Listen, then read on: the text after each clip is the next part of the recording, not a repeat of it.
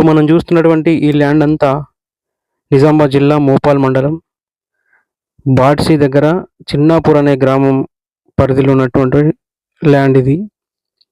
ఈ మొత్తంగా ఒక సుమారు ఒక 100 ఎకరాల వరకు ఉంటుంది. ఇది నిజామాబాద్ రూరల్ ఎక్స్ఎమ్మెల్యేకి సంబంధించినటువంటి భూమి.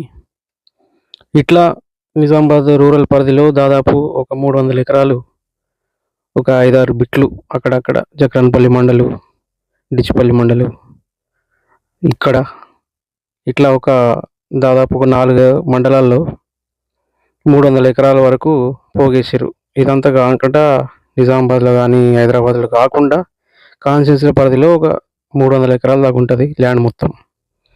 అయితే ఇప్పుడు ఈ భూమి అంతా కూడా ఎట్లా సంపాదించిండు, ఏ ఏ బిజినెస్ ద్వారా వచ్చింది, ఈ ఒక 5-6 సంవత్సరాలలో ఫస్ట్ టర్మ్లో ఒక 2-3 సంవత్సరాల తర్వాత స్టార్ట్ చేసేది అన్నీ.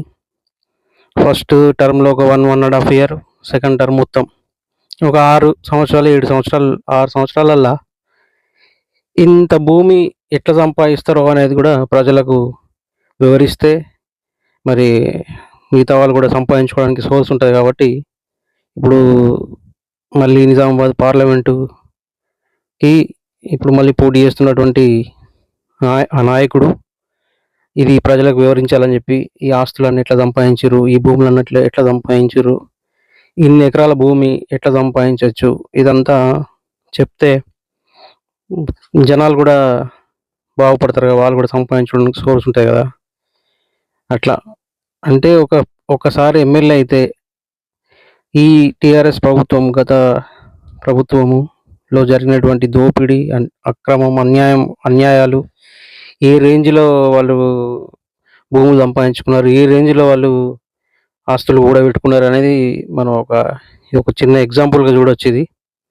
ఇదంతా ప్రజలు గమనించాలని చెప్పి నేను ఈ వీడియో మీ ముందుకు తీసుకొస్తున్నా. ఈ వీడియో పెట్టినందుకు కూడా నాకు వాళ్ళు చాలా రకాలుగా మళ్ళీ వేధింపులు ఉంటాయి, కానీ నిజాలు చెప్పాలి కాబట్టి ఇదే పార్లమెంట్ పరిధిలో నేను కూడా ఒక ప్రజలకు ఇలా వచ్చినటువంటి వ్యక్తిని కాబట్టి, ఇదే ప్రాంతంలో సంబంధించిన వ్యక్తిని కాబట్టి, నిజాలు ప్రజలకు చూపించే వ్యక్తిని కాబట్టి ఇది చెప్పాలనిపించింది. మళ్ళీ ఈయన ఇప్పుడు ఎంపీ కావాలని చెప్పి ప్రయత్నాలు చేస్తున్నాడు కాబట్టి ప్రజలకు ఒక్కసారి అంతా వివరించి ఎలక్షన్లకు వెళ్తే బాగుంటుందని చెప్పి ప్రజల తరపు నుంచి మేము అడగడం జరుగుతుంది.